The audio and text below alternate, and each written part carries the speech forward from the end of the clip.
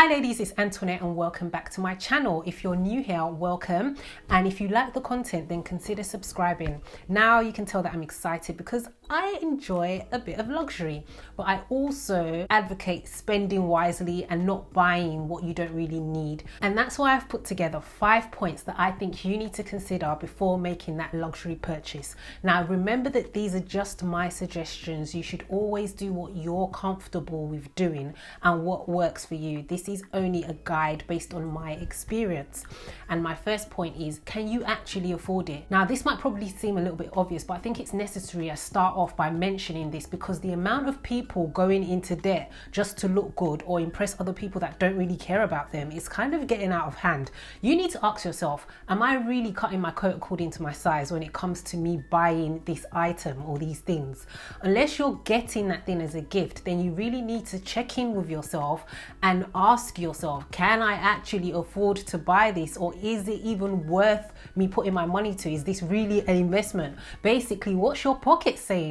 And I've said this in an old video that I no longer buy things that I can't afford because that's the quickest way to getting into debt. If I can't pay for that item in full from what's left over after I've sorted out all the important bits, all the bills, savings, all of that, then I'm not buying it. There's no need. And I might like something, but as long as the price tag ain't singing the same song as my account, then I quickly remove my face from there. I face forward. You know, you just got to keep it moving swiftly, baby. You just have to do it no matter how nice that item is. And if I'm going to be frank with you, I'm not here to tell you what to do with your money, but I don't think it's wise that you don't have things like investments, assets, savings, all of that, and you're out here wearing Louis this, Hermes that. For what? You need to think long term. Don't force things before it's time. A time will come when you can afford these things. You can buy what you want without thinking twice, without wincing at the cost, but wait until the right time. Be patient, because when it does happen, you'll be glad that you chose to do things the right way around, and you'll probably truly enjoy that purchase. It will be like one of those sweet purchases, like, I can afford this and I'm wearing it, that kind of thing, rather than putting yourself in debt just to look good. And I've told you before that I like nice things, I like beautiful things, but I started off buying these things when I couldn't afford them. This is from my college days, and I ended up selling most of them on eBay. And then I had to start doing things the right way, started saving, investing, all of that. So do things the right way around so that when you do get to buy your luxury purchases, you're doing it and you're enjoying it, because it's basically, I feel like luxury shopping should be the cherry on top, you know? So let's leave it at that. Number 2, take your time.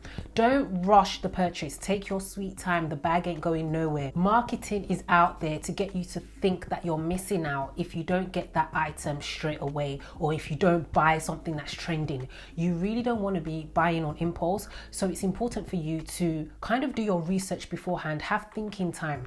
A lot of my designer purchases, I've been sitting on them for a while, like they're on my wish list for months, even years, before I've actually gone ahead and bought it, because sometimes I've changed my mind and then I've realized I don't actually need this, or I don't actually want it, or it was really just a trending item. So give yourself some, let's call it breathing space.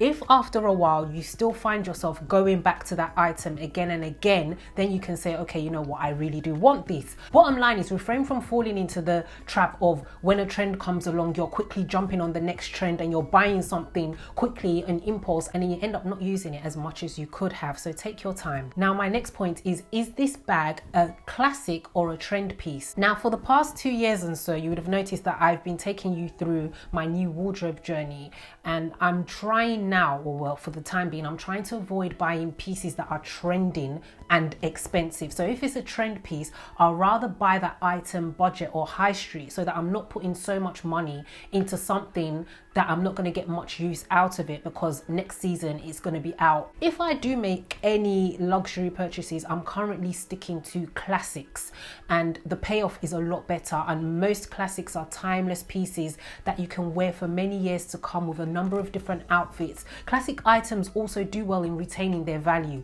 So should you want to resell that particular item, then you get to recoup like a good amount of your money, and in some cases even more. So now I'm being strategic. I'm thinking to myself, is this item going to fit in my wardrobe that I'm trying to create? Or what's the purpose of this bag? Why do I actually want to get it? This kind of train of thought helps me to stop wasting money on items that might look good but not do much for me in the long run. So you don't want to get yourself a bag that's just going to be sitting in your wardrobe catching dust. Don't be swayed by all these luxury closets that you see on social media and YouTube if you ain't got that type of money. Now, my fourth point is for you to consider your wardrobe. What type of wardrobe do you already have, or what type of wardrobe, like me, are you trying to build? You want to get pieces that are going to fit with what you're wearing, what you wear, how you want to look going forward, stuff like that. Also think about your lifestyle and what you'll be doing with that bag, as I've said before. And this may be controversial, but I'll suggest that if you're starting off your collection, like let's say you want to have a luxury collection of handbags, then avoid getting like bright colors.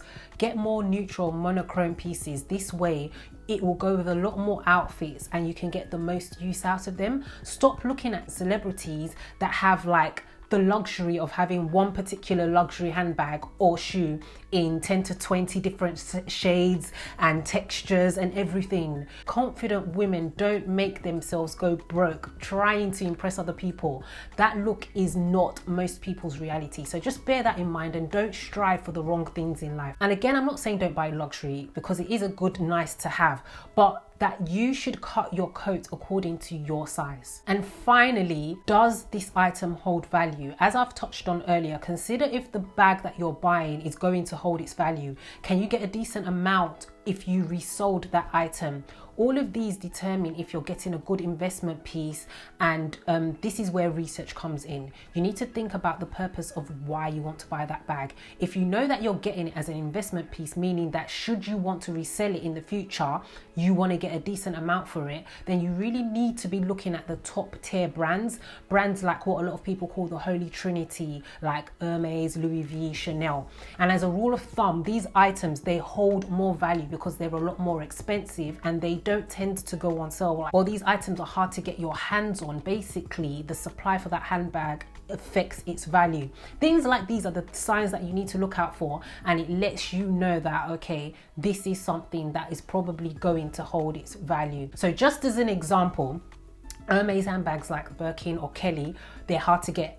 And this is a good sign because it means that it's holding its value since it's not easily accessible. Brands like Chanel, they're already kind of driving up their prices on some of their stuff just so that it retains the value of the bag. Now, this is not to say that if you buy another brand that it's not going to hold its value, because there are brands out there that do have good value and do have good resale that are not in the Holy T, but the Holy Trinity have more of a guarantee, so to say, and it's obviously a lot more popular because of the prestige that it carries.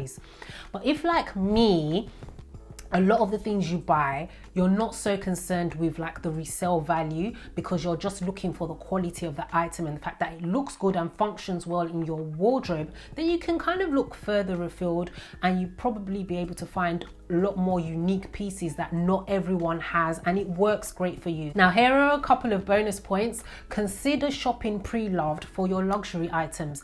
Now, I'm currently not comfortable with buying anything pre-loved. I won't go into the why in this video. I've given my reasons in previous videos, but if you don't have a problem with shopping pre-loved, then it's really a good option for you to find some really nice luxury items that you can get at a decent price, depending on the sites that you use. A lot of these items come looking practically brand new. And another point is considering a personal shopper. Like, if you know that your pockets are lined well and you're frequently shopping luxury, then think about getting a personal shopper. They'll help you save time. This is a bit of a catch-22 actually, because although they can get you items a lot more quicker and unique pieces that other people aren't like privy to, constantly putting items in front of your face that you don't necessarily need or want is going to make you spend more money.